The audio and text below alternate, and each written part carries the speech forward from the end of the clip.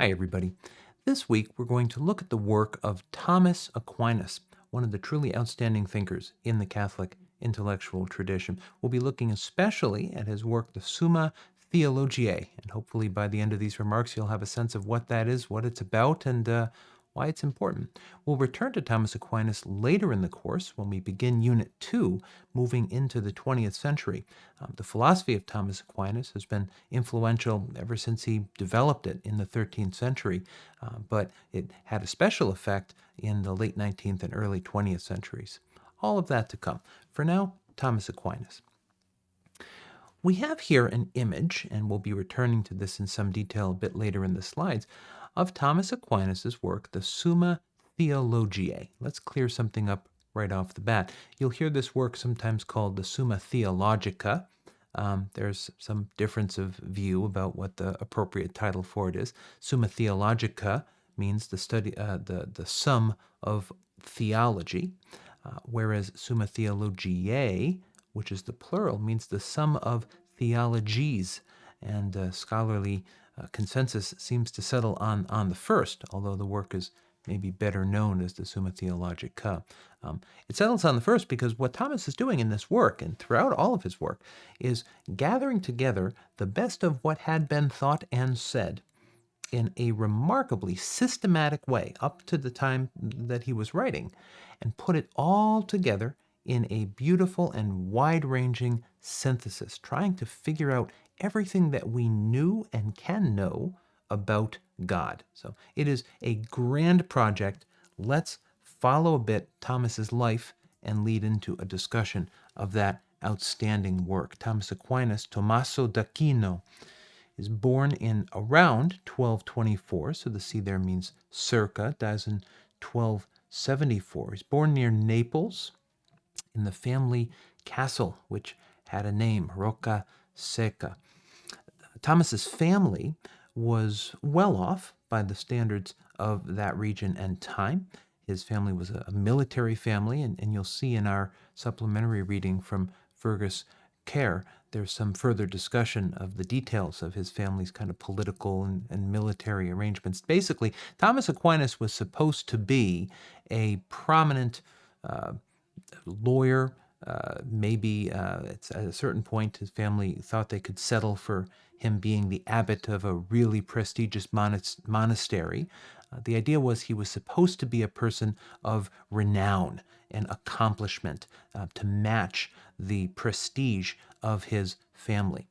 Much to the chagrin, displeasure of the family, then, did Thomas decide in 1242 to join the Dominican order and to travel to Paris to study with Albert the Great, which it bears noting is the namesake of Albertus Magnus College, for which this lecture is being produced. Now, joining the Dominicans is worth noting. Maybe we can just wrap up this slide and then we'll go on. I have some images. I want to tell a quick story. Thomas spends his life writing and lecturing. He, over 25 years of working life, wrote or dictated over 8 million words, according to our commentator, Fergus Kerr.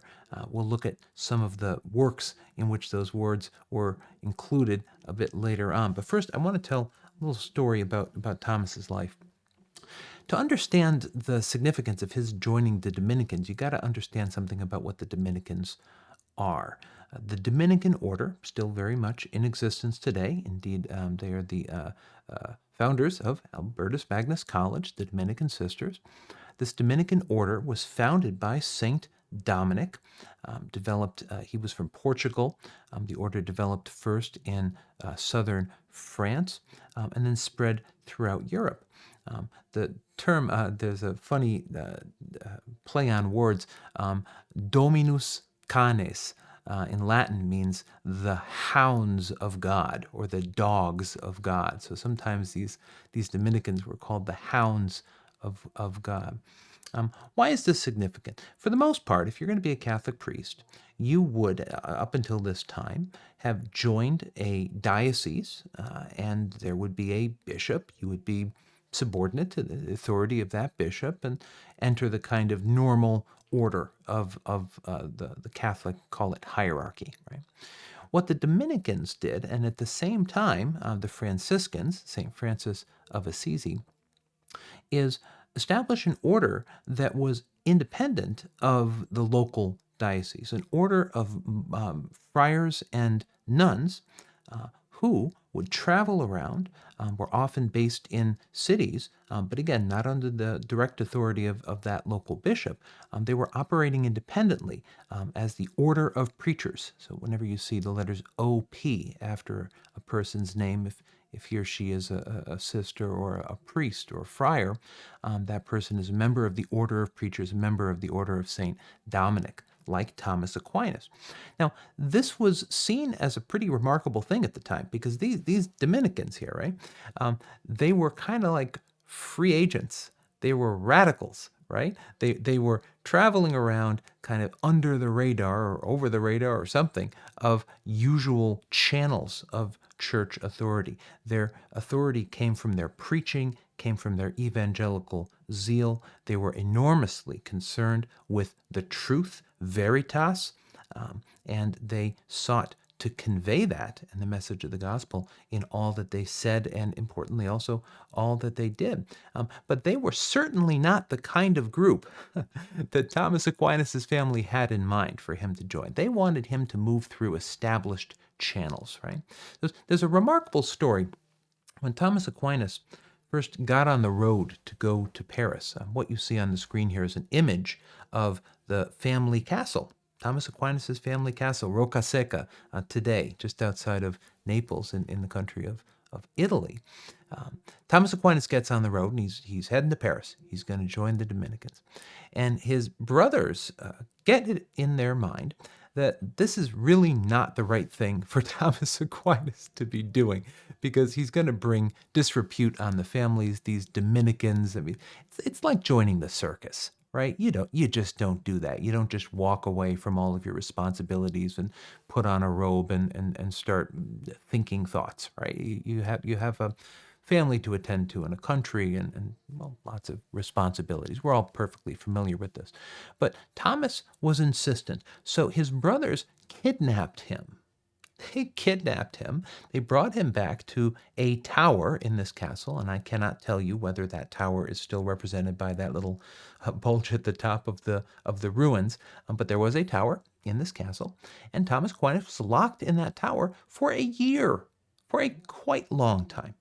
At a certain, there's some apocryphal stories around this too. Apocryphal means we're not entirely sure if they're true or false. We don't really have evidence for them. There's one occasion on which Thomas Aquinas' mother arranged for a beautiful young girl to go to his tower room and try to kind of convince him that the priesthood was not the right path for him to follow. And Thomas Aquinas, thinking that the girl was an apparition of the devil, went to the fireplace and took out the hot poker and chased her out and said, "Oh, go away!"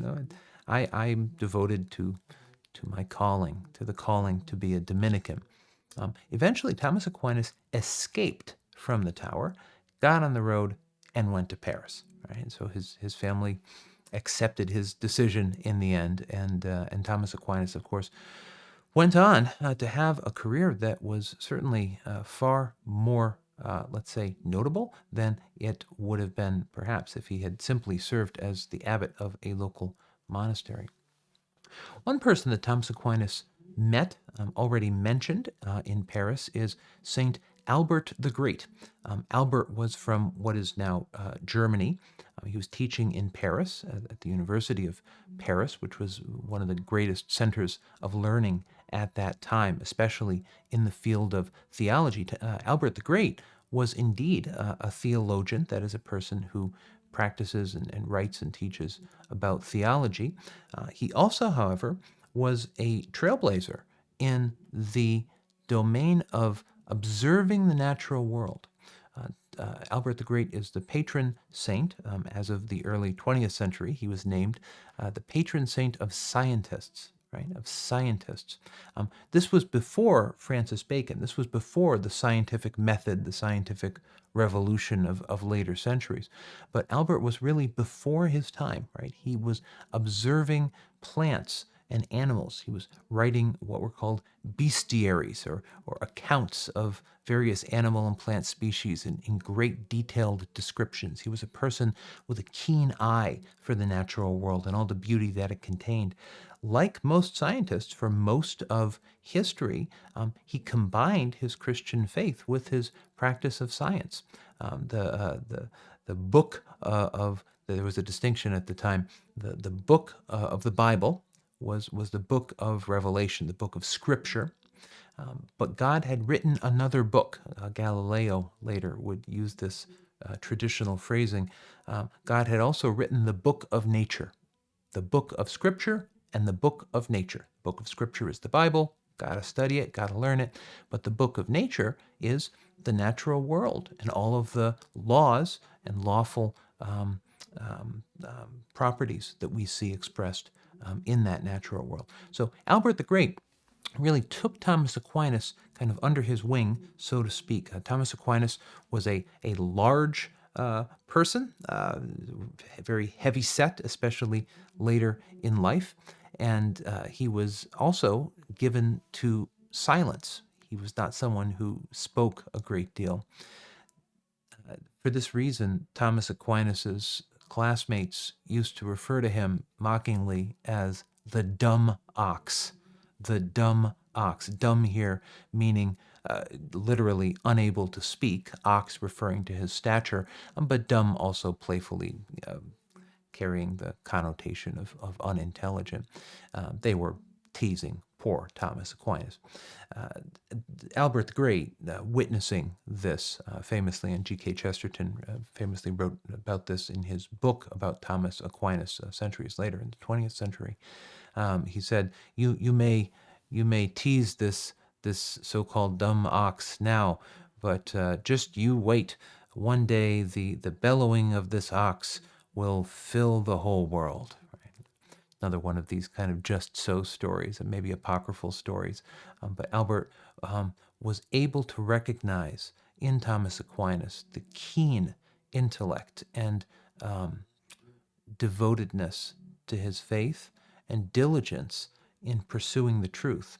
For this reason, Albert invited Thomas Aquinas to be the one student to travel with him, Albert, to Cologne, where he established, at the request of the Dominican order, the first house of studies, a Dominican house of studies called a studium, where people would go, students would go to study philosophy and theology and to prepare to enter the Dominican order. So Thomas Aquinas was involved in the founding of that. He eventually went back to Paris.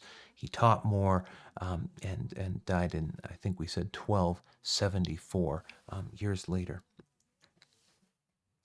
The philosophy of Thomas Aquinas, it's an interesting thing, right? Because on the one hand, Thomas Aquinas' own philosophy is enormously influential. What do I say here? Has long influenced. My God, more than just has long influenced.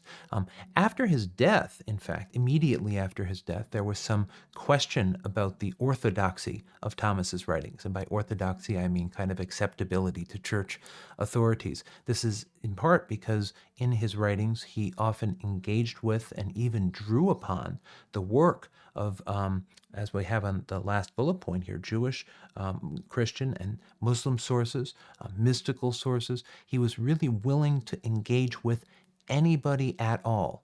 Anybody at all. If they had an argument, if they had an idea, tell me your idea, right? I'm not worried about your identity. I'm worried about your thought and the exercise of your reason. So his philosophy, Thomism, on the one hand, as I say, is very influential and became even more so in the later 19th and early 20th centuries in ways we'll see later.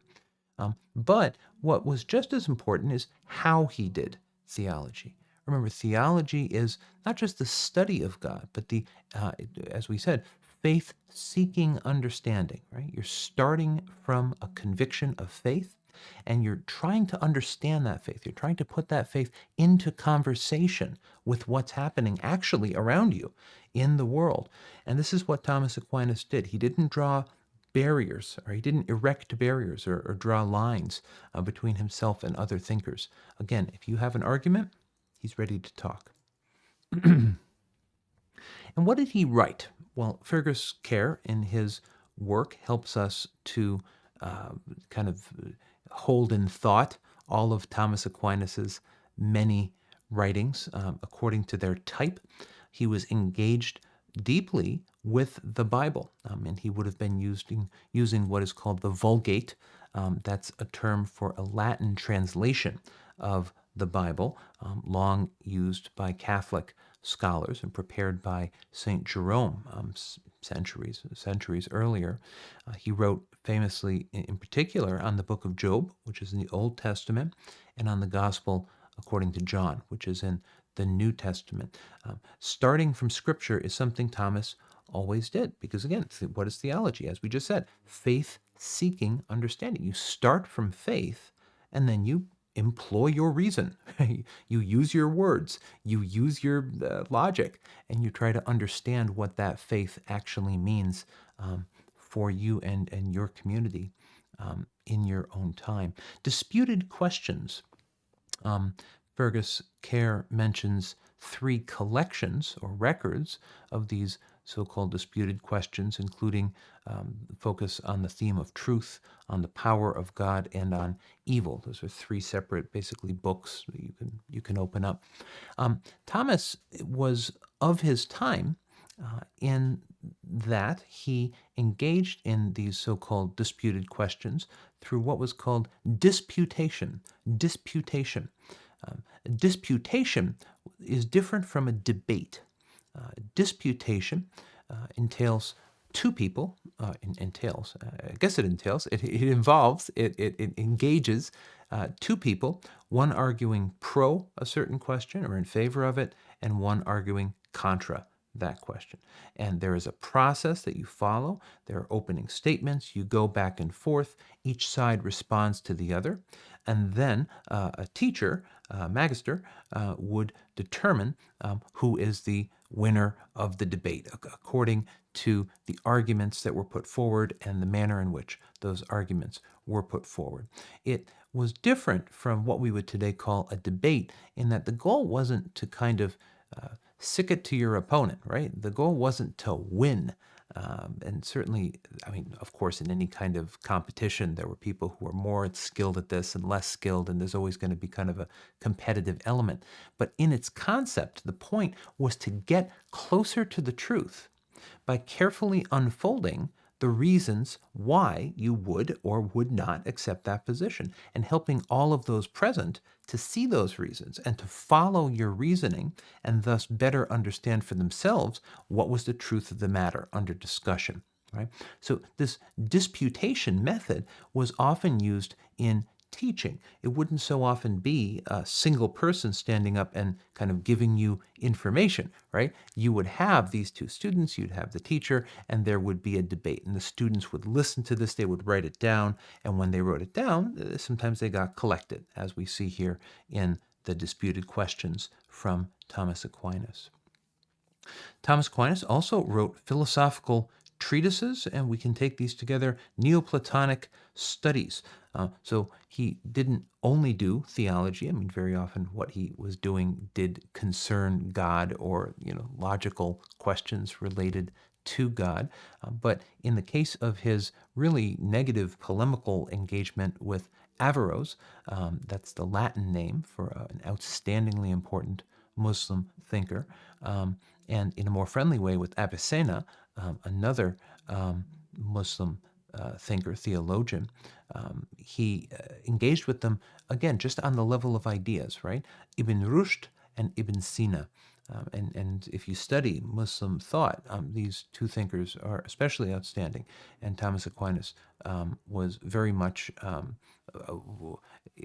involved in discussions with their work at this time.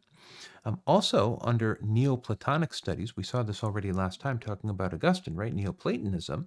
Well, Thomas Aquinas he's all in. he's on board with Neoplatonism, and that's what we saw in Book 7 of the Confessions last time. We mentioned there, did we mention already the work of Pseudo Dionysius? Perhaps we did not. He adopts this Neoplatonic view, this author we call Pseudo Dionysius, and writes a series of treatises, one of them called On the Divine Names, and there are others that we will be, the Mystical Theology, we'll be reading portions of those treatises in just a couple of weeks after we look at Dante. This thinker, Pseudo Dionysius, kind of did for Thomas Aquinas what Plotinus and those Neoplatonists had done for St. Augustine, right? It really informed Thomas's thought from top to bottom. This author, again, whom we'll be reading later, Pseudo Dionysius, is one of the most frequently cited authors in the Summa Theologiae. So he plays a really outsized role. I mean, his texts are very short. I think Pseudo Dionysius has maybe, I don't know, 50 pages of texts, something like that. That's my guess, compared to Thomas Aquinas's, multiple volumes. In any case, we'll be looking at that in a couple weeks. And then finally, the commentaries on Aristotle and Peter Lombard. Peter Lombard was a kind of rough contemporary of Thomas Aquinas, a little earlier, author of a book called The Sentences that was used in training scholastic, so-called philosophers. That is, scholasticism is the movement of which Thomas Aquinas was a part. That is a movement in philosophy that was trying to understand Christian revelation and Christian, as it was held, truth philosophically. Right. So for Thomas Aquinas to engage with Aristotle and to engage in with Peter Lombard's work, those two authors were outstandingly important authors at that time. Aristotle, of course, well, Peter Lombard is Christian. Aristotle is not Christian. Right? Aristotle is a pagan philosopher. And this raised some questions and was actually part of the reason why Thomas Aquinas later in life, not later in life, immediately after his death, was considered perhaps not so orthodox, because he based so much of his work on the work of a non-Christian philosopher, Aristotle. I mean, we can go into some detail about this perhaps when we talk about it in class. And finally, his work, the Summa contra Gentiles, is important to mention because it's an important work in itself. We won't be reading selections from it. Here, Summa is a name, again, for a work or a kind of summary of arguments. Contra is against, and Gentiles here means non-believers, or in this context, non-Christians. You can compare it with the distinction between Jews and Gentiles, right? So a Gentile is a person who's not Jewish. Well, here, Gentiles means people who are not Christian. The work tries to explain Christian faith to non-Christians, making it an example of the genre we would today call apologetics. All right. The Summa Theologiae. This is the main course, friends. The other Summa, or rather, Summa contra Gentiles really is the other Summa. This is the Summa Summa. This is the big work. And we'll be looking again at that image from the title slide in just a moment and kind of looking at its overall structure. What it tries to do is set out Christian doctrine, as Kerr puts it, in an orderly way. Thomas Aquinas, at this time, what do you have? You have the Bible. You have different kind of philosophers who have written a treatise on this, a treatise on that. You have the fathers of the church, right? So that includes Ambrose and Augustine and what were the four Latin fathers? Athanasius of Antioch and Jerome, right? Okay, so those are the four. So you have their works. You have a couple dozen other really influential early Christian writers. But there's no system to it, right? It's people addressing particular questions in different contexts at different times. What Thomas Aquinas does is he tries to, after reading all of that, not just reading it, right? It's not just an audiobook. He's taking it in. He's analyzing it. He's pulling it apart and understanding every bit of it. He tries to gather it all together and put it in order, right? He's going to build a coherent worldview, a coherent system. He's going to address all of the objections. He's not just going to list things that he thinks, right? This is not his opinions. He's in the arguments, and he's trying to address them and resolve them and come out with what is true according to what we can tell. There are three main parts in this work. These three parts, which we'll look at briefly in a moment, include a total of 614 questiones, questions. And each of these questions is addressed in a series of what are called articles. So three parts, 614 questions in total. I don't know why I get my hands off center all the time. 614 questions in total and 3,125 articles, right? Okay, so we're moving down into the granular level here, guys, right? Now, each of those articles, and this is the amazing thing to see, has exactly the same structure. This is not just a dude saying stuff, right? This is like a cathedral. This is like a system. First, he begins from the question, right? In each article, he will state a series of objections. And this you can think of as basically stuff people say, right? Not just stuff they say, arguments they make. What are the most common arguments made against what will turn out to be Thomas Aquinas' own position? Right? Next, a short counter statement, often from scripture or from some authority. So he begins this with the words, on the contrary. So you might have, objection 1, objection 2. But I read in the Bible that ... whatever it is, right? And that's the opposite of those objections. So now you've got a bit of a tension going because people are saying this stuff, but the Bible says this stuff, okay? So now you have to find out how those two go together. You get that in the third part, the actual argument, right? Always beginning with the words, I answer that. This is Thomas Aquinas, I, right? So I've listed the objections. I've stated something that seems true from faith, from revelation, right? And now I'm going to take this apart and I'm going to give my argument, right? I'm going to explain my own position. And then before we're done, we're going to go back to each of those individual replies, each of those individual objections, and reply to them. So he doesn't just state the objections and kind of let them hang, right? He always goes back and answers them, and we would say refutes them, shows why they are mistaken in light of the argument he has laid out. So friends, 3,125 times Thomas Aquinas does this, right? It is a masterpiece in its structure alone. Here's an image. I thought this image was I was so excited to find this. This is an older, clearly an older edition of the Summa Theologiae in 22 volumes. And here we can get a visual sense of how the work is laid out, right? So you guys we're literally reading like 8 to 10 pages of this in this volume, right? So we start with the first part, and in Latin this is called the prima pars. This has to do with the existence of God, the nature of God, of angels, of human beings. What is there? What is in the cosmos, right? Once we've established that, we can get on to the important question of how we should live. And this is called the second part, the secunda pars, and it's about morality. But it gets tricky because there are two parts of the second part. It gets kind of funny. You can smile, right?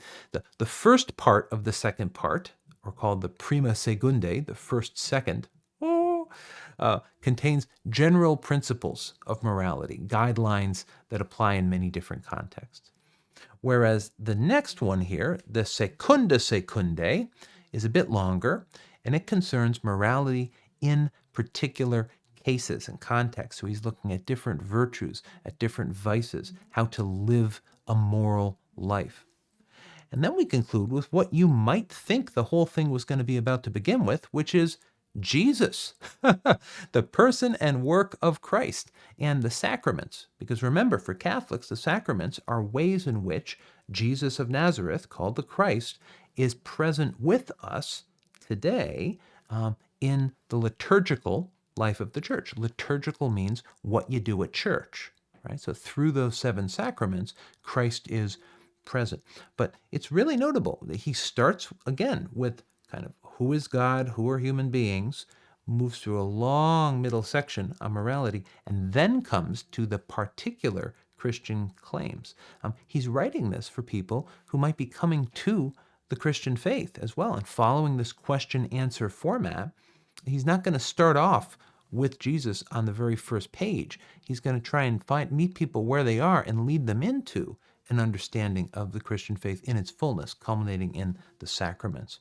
What we're looking at in our readings from Thomas Aquinas himself is a question on the existence of God. We have 3 articles on that question from the first part, and a question about what are the sources of human happiness, and that's from the Prima Secundae, the first part of the second part. So those little 2 green boxes, that's a you are here, right, in this work for the selections that we have assigned. So let's, without further ado, take a look at those 2 selections. If you'd like to go get a cup of coffee or tea or something, now might be a good time to do it. I'm inclined to have a coffee myself, maybe afterwards. So I've put on this slide an image of some dominoes, and that will become apparent, the reasons for it will become apparent in just a moment. But let's take a note first of what Thomas Aquinas is doing here. We're in the first part, the prima pars. This is the second question, and we're looking at the first 3 articles. So the question here is, we begin in Article 1 with this kind of a sub-question, right? So the existence of God is the overall question. The first sub-question here, is God's existence self-evident? Right? It's an important question, because if it's self-evident, it means no argument is needed, no reasons can be given, right? The classic example might be, all unmarried men are bachelors, right? So the word in English, bachelor, means literally an unmarried man. That is the definition of the word bachelor. So there's nothing to investigate. I can't go out and conduct experiments to test the validity of this claim. I can only look at the meaning of the word bachelor. It means unmarried man. Okay, an unmarried man is a bachelor, right? That's a self-evident claim. What Thomas says here is that the existence of God, in a complex way that we can't get into in detail, is in fact self-evident in one sense. Right? But then he goes and makes a distinction, importantly, and says, but for us, we're not able to see and appreciate that directly. For us, we need a demonstration of this existence. So yeah, maybe in itself, in some kind of in principle way, God's existence is self-evident, but there is a project here. There's something to be done. Namely, we have to demonstrate that God exists, right? So, okay, there is something to be done. Article 1. Article 2 asks the next logical question. What can God's existence be demonstrated? Okay, because now, to his satisfaction at least, we have settled the question of whether we need a demonstration. We do, but maybe we're kind of out of luck, right? Because maybe it is not possible to demonstrate the existence of God. His answer, in my little parentheses here, this is a paraphrase, friends, yes, it can be demonstrated, right? But you can only demonstrate it, he says, not by looking at the causes of God, or the reasons why God exists, or the things that brought God into existence. We can only demonstrate that God exists by looking at the effects. Look at how God's work is evident through the things that we can actually see with our 2 eyes in the world, right? So now we know what kind of proof we need, according to Thomas Aquinas. And this leads directly into the third article. So here we ask the question directly, does God exist? Right? First part, second question, third article. Thomas gives 5 ways in which God exists. These are called the quinque viae, the 5 ways. Viae is the plural of via. So if you go to Italy today, you might be on the via this or the via that. It means a way or a road or a street or something like that, right? So what is Thomas saying? Is he saying that if you begin from a position of suspicion, skepticism, and hostility to the very idea of God, that you're going to pick up his 5 proofs and be like, damn, I guess God exists. Who knew, right? Probably not, because that's not what a proof is in this context for Thomas Aquinas, right? In a scientific context, you'd want to prove something beyond a reasonable doubt using observable evidence that could compel somebody who's even hostile to the proposition, right, and kind of compel them to accept it. Um, Faith is not compelled, though. So for Thomas Aquinas, what you want to do is identify a way, a road, as it were, right? Some, how would you put it? Some pathway of reasoning where if you're starting from faith, because theology is faith-seeking understanding, you can follow this way, and if you do, your faith will meet with deeper understanding. You will better understand who or what God is by following this way and by reflecting upon it rationally, right? So faith and reason coming together. Let's take a look at the 5 ways, because clearly we are anticipating that. 5 proofs, 5 ways to know God's existence. Now, we could look at each of these in depth. It's already 35 minutes into this lecture, and I do not think you probably want me to go into each of them in depth. We will talk about them in class if we can. You can certainly engage with them in other ways in the context of our course. But I just want to give you the kind of bird's eye view, right? All right, 5 ways: from motion, cause, contingency, perfection, and design.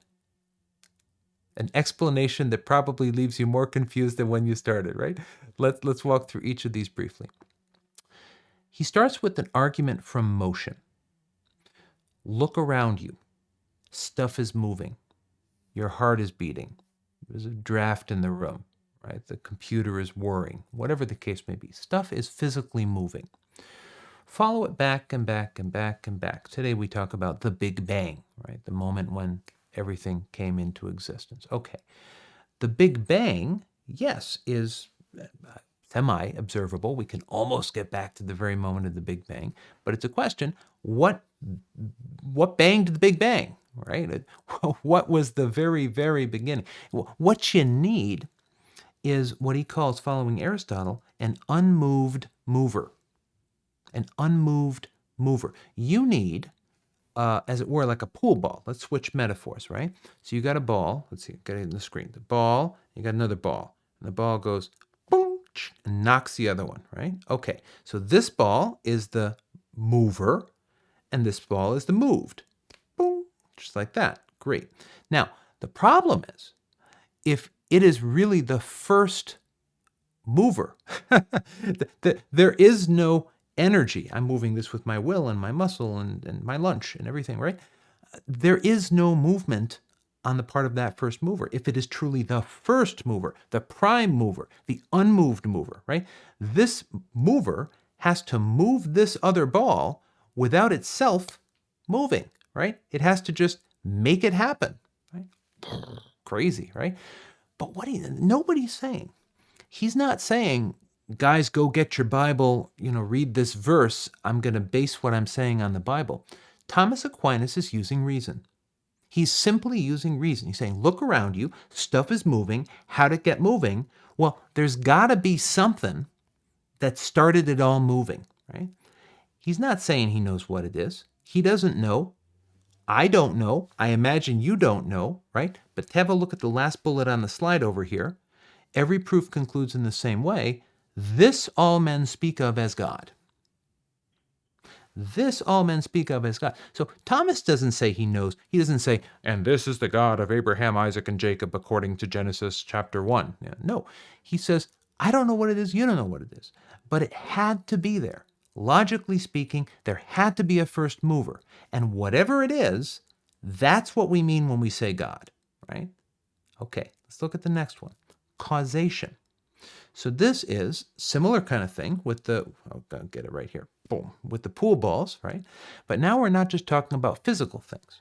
We're talking about causes in general. So I had fear, right? And this fear led me to act in a certain way, maybe, right?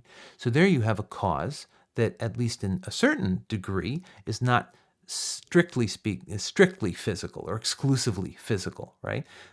So what was, if you, now we're not just talking about pool balls and big bangs, we're talking about cause in general. We're getting a little more abstract, right? What is the, not just the unmoved mover, but the uncaused cause, the first cause? And he ends in the same way: this all men call God. All people, of course, all people call God, right? Again, we don't know what it is, but there had to be something back there at the beginning. Next one, contingency. This one's a little trickier, and the same one, let's take the fourth one with it, perfection, right? Lots of stuff happens in the world that it looks like could have been otherwise, right? I took a left when I could have taken a right. I went to this college when I could have gone to that college, right? Some accident happened, and I'm living with the effects of that, right?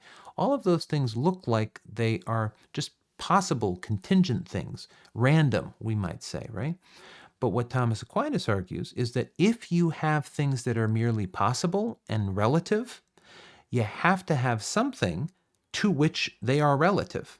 There has to be something that is not just possible, but necessary, not just random, but absolute, right?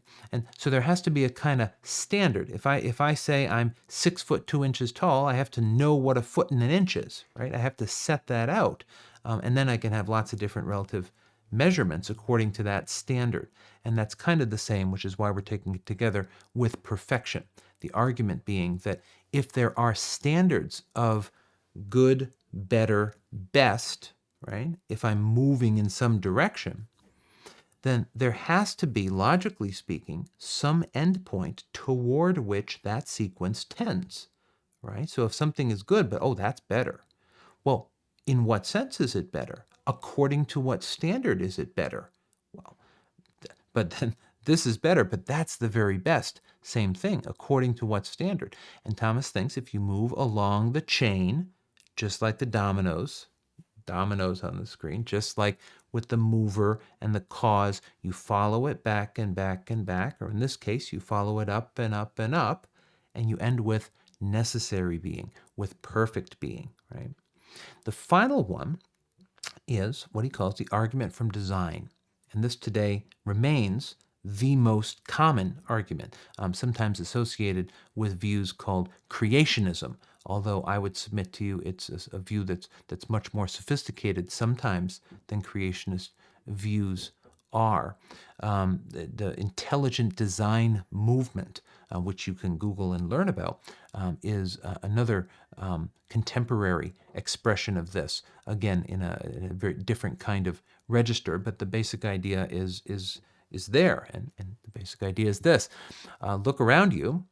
You see beauty, you see harmony, you see things working together in a very intricate way. How did it get that way? Well, Thomas Aquinas says there had to have been a designer. The famous argument from William Paley in the late 18th century comes to mind here. If you're walking along a beach and you find a watch, let's say you find an Apple Watch, we'll update it, right? Or a Garmin, or some kind of lovely Android watch. They're all beautiful, friends. You find one on the beach. What can you conclude from that finding? Well, you might not conclude, it wouldn't be your first thought to say, oh, look, right? The sand and rocks and wind and tides have produced an Apple Watch.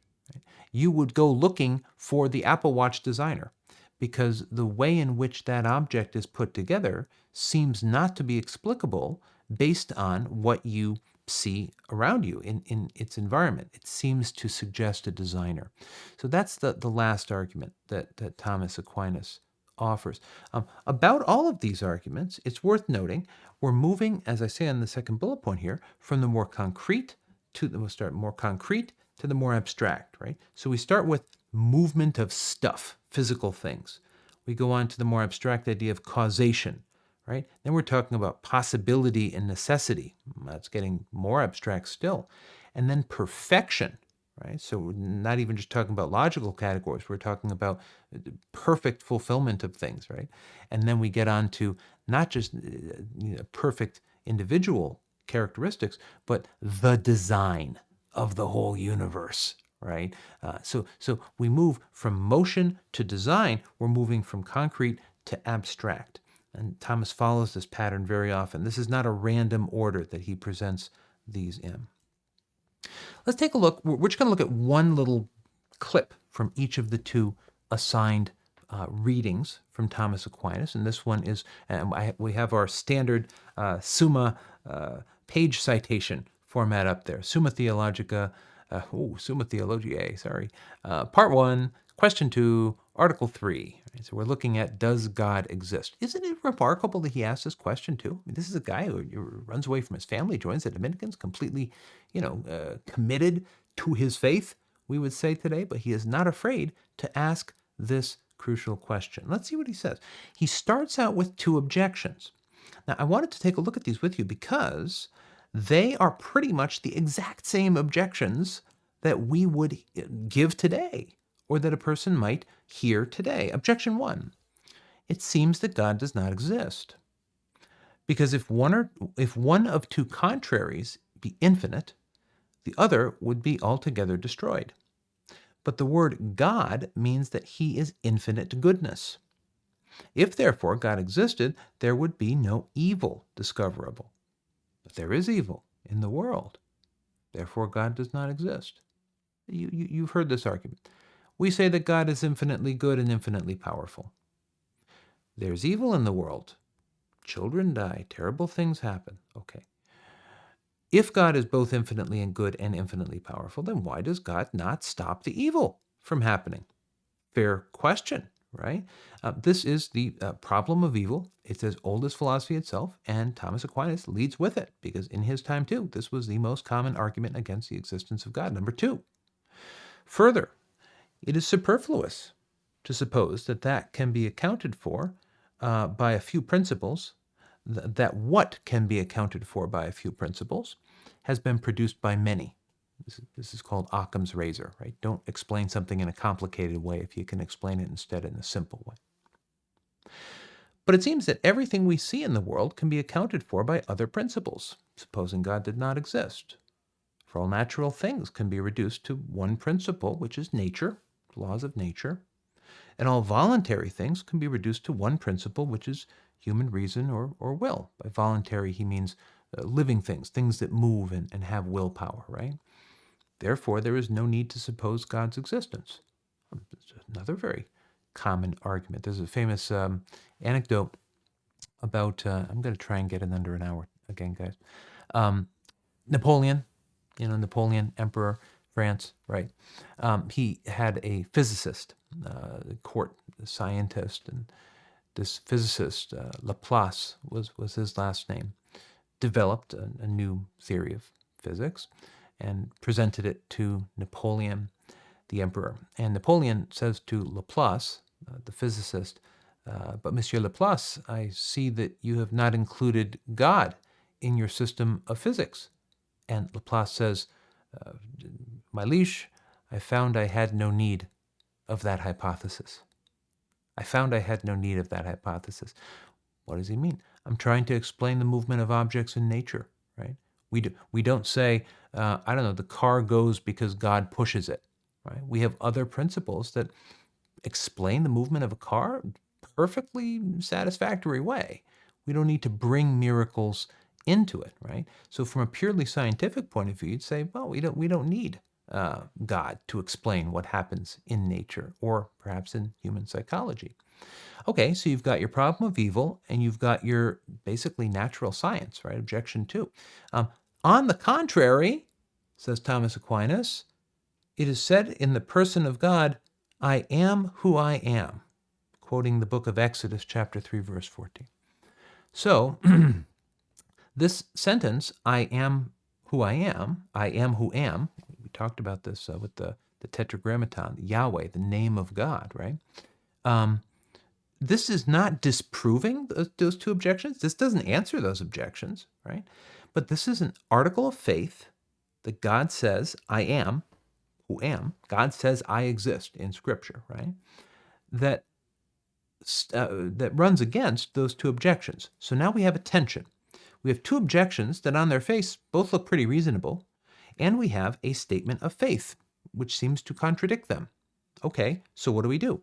I answer that, Thomas says, the existence of God can be proved in 5 ways.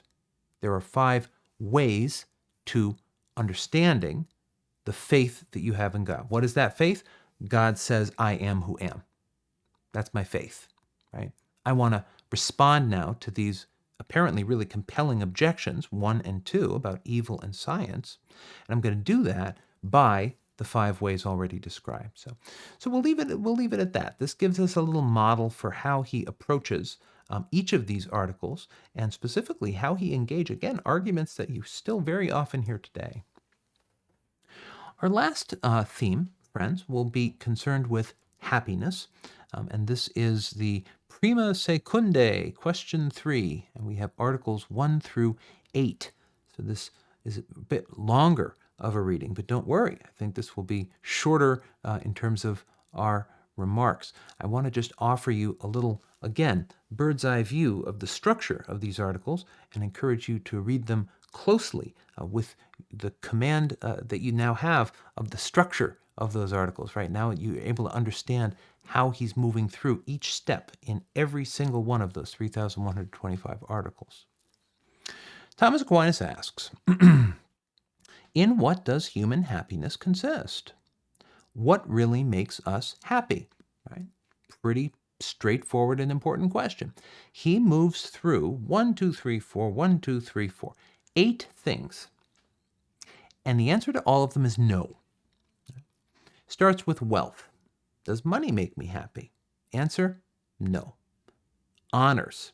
So maybe in my family or my local community, people think I'm an impressive person, or they think I've done a good thing, right? Maybe that makes me happy. No. Fame. Okay, so now my honor extends beyond my little local community. I have glory across the country. I'm big on TikTok. I'm famous, right? No, does not make you happy.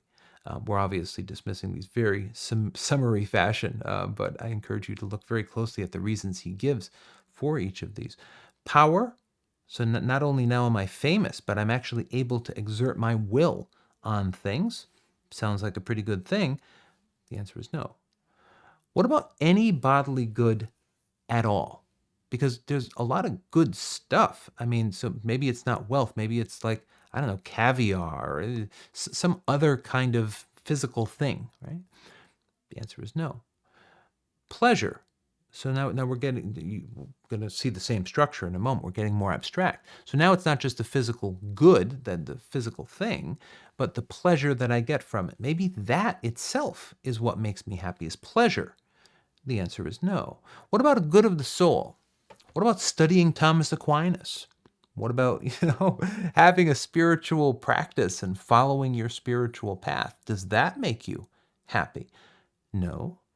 What about any created good at all? Anything that exists. Can anything that exists make you happy? No.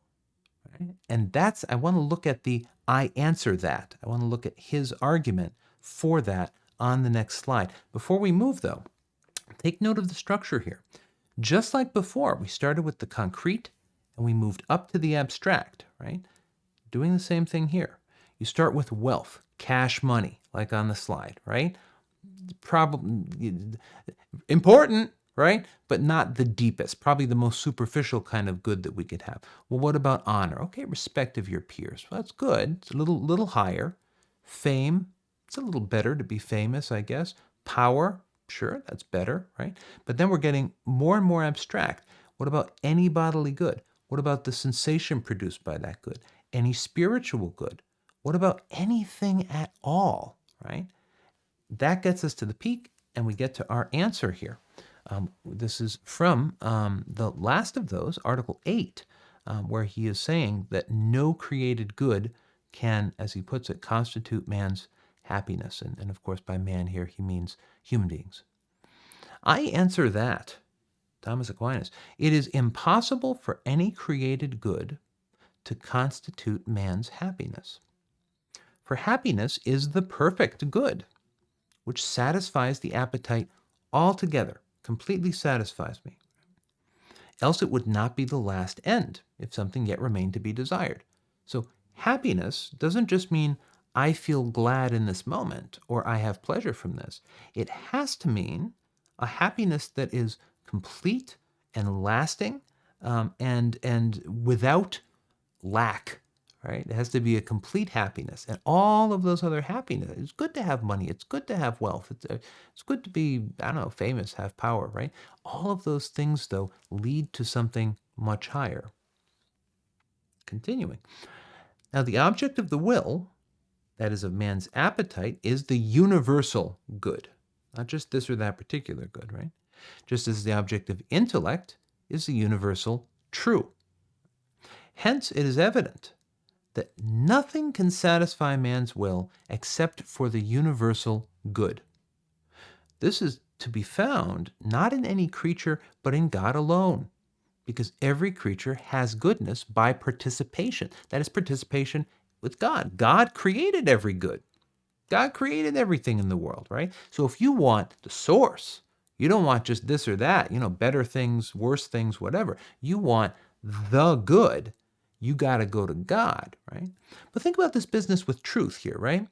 The object of intellect is the universal true. Let's say you're investigating something, right? Some kind of personal issue. Maybe there's been some kind of crime or car accident or something's been stolen. You're interested to get to the bottom of this, right? You're going to want to leave no stone unturned. You're going to want to know every single detail, right? And you're going to want to explain it. And it's not going to be enough. If you're looking for something, right? You're looking for some answer to like what happened in this case, and you get some clue or some hint. You're not going to say, "Oh, that's cool. Well, that's enough. Yeah, I don't need to know what really happened." Maybe you do, but that's a different kind of thing, right? Most of us are going to feel driven to know that truth all the way down, right? And fully. So that's the kind of argument he's making here about truth. That desire that you have intellectually to be satisfied with only the full truth is the same desire he thinks that you have to be satisfied in terms of your happiness only by the universal good. Last paragraph. For this reason, God alone can satisfy the will of man. According to the words of Psalm 102, verse 5, he who satisfieth thy desire with good things. Therefore, God alone constitutes man's happiness. This is our last slide, friends, so let me just comment briefly on this. What can we note here? Yeah, he quotes the Psalms. He quotes the Bible. But this is not a guy who's just making arguments by quoting the Bible at you, right? Yeah, he is a person of Christian faith, and he's going to the Bible. That's scripture. That's revelation. That's his datum, right? He's starting from that, and he's coming back to that at the end. But he's giving reasons, right? Because our reason, according to this Catholic intellectual tradition, is something that is God-given. You don't base your understanding simply on what it says in the Bible. That's very important. You start from there, you come back to there.